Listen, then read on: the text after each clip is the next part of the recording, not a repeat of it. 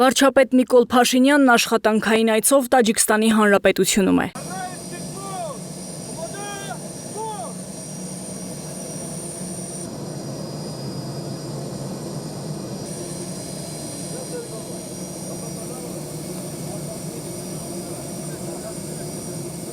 Դուշանբեի միջազգային օդանավակայանում Նիկոլ Փաշինյանին դիմավորել է Տաջիկստանի վարչապետը։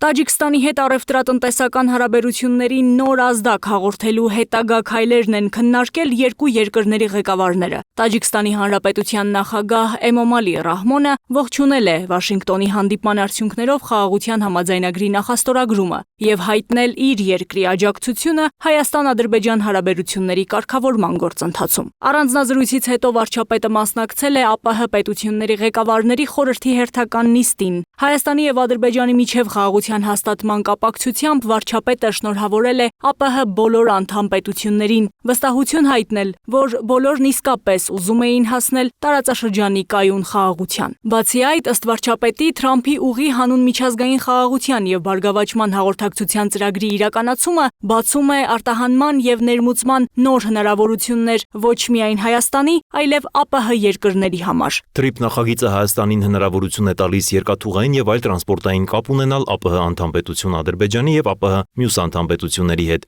Սա նշանակալից փոփոխություն եւ հանգամանք է, որը անկասկած կնպաստի ԱՊՀ շրջաններում տնտեսական կապերի ամրապնդմանը եւ կազմակերպության արդյունավետության բարձրացմանը։ TRIP նախագիծը բացում է արտահանման եւ ներմուծման նոր հնարավորություններ նաեւ ԱՊՀ երկրների համար։ Ելույթներից հետո մասնակից ղեկավարները քննարկել են երկրների միջև ապրանքաշրջանառության աճը։ Պուտինը նշել է, որ ԵԱՏՄ-ին անդամակցությունը բացում է շուկաներ եւ ապահովում տնտեսական օգուտներ։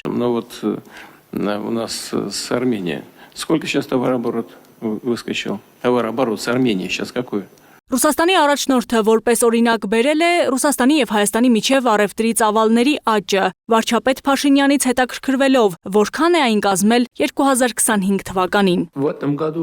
Այս տարի այն արդեն 4 միլիարդ դոլարի է հասել։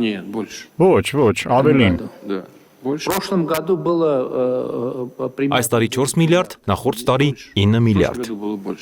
Անցյալ տարի էլ այն ավելի շատ էր, այս տարի էլ այն ավելի շատ կլինի։ Դա պարզապես ակնհայտ է։ Այս առաջին հայացքից անհամաձայնություն պարունակող փոքրիկ երկխոսությունը բնականաբար չի վրիպել ընդդիմադիրների աչքից եւ արագ դարձել է խոր վերլուծությունների առիթ։ Ցավոք, այդ վերլուծություններում փաստական ոչ մի տվյալ հաշվի առնված չէ։ Իսկ ինչ են խոսում պաշտոնական փաստաթղթերը։ Հայաստանի էկոնոմիկայի նախարար Գևորգ Պապոյանը հրապարակել է Հայաստանի վիճակագրության կոմիտեի պաշտոնական տվյալները, որոնցում մարձանագրված է 2025 թվականի հունվար-օգոստոսին Հայաստան-Ռուսաստան ապրանքային առևտրաշրջանառության ծավալը կազմել է 4.5 միլիարդ դոլար։ Նախորդ տարվա նույն ժամանակահատվածում 9.2 միլիարդ դոլար։ Պատգամավոր Բաբկեն Թունյանն էլ նշել է, պաշտոնական տվյալները ցույց են տալիս, որ վարչապետ Փաշինյանի ներկայացրած թվերը քիչ են տարբերվում փաստաթղթում արձանագրված թվերից, իսկ Պուտինի կանխատեսումը սխալ է, քանի որ 2025 թվականի առաջին 8 ամիսների տվյալներով Հայաստան-Ռուսաստան առևտրաշրջանառությունը կրկնակի նվազել է։